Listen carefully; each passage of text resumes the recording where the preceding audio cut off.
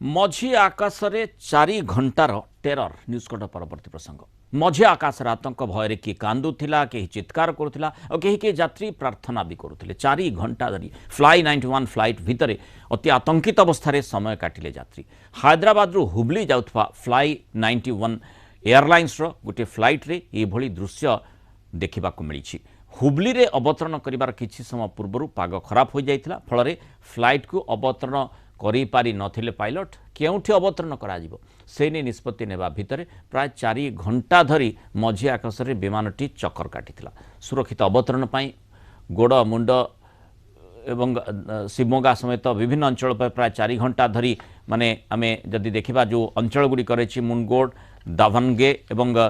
जो भली भाव शिवनगा कथा कहा जाउची से सबू अंचल उपर यह 4 घंटा धरी चक्कर काटिथिला तेबे शेष में बेंगलुरु एयरपोर्ट रे विमानटी सुरक्षित भाव में अवतरण करथिला गोटे आश्वस्तिकर सूचना पाइथिले यात्री दिन 3टार उड़ान भरथिला फ्लाई 91 फ्लाइट 4:30 हुबली रे अवतरण करिबार थिला किंतु 7:30 बेंगलुरु एयरपोर्ट रे ताहा लैंडिंग करथिला शेष में यात्री माने आश्वस्ति प्रकाश करथिले।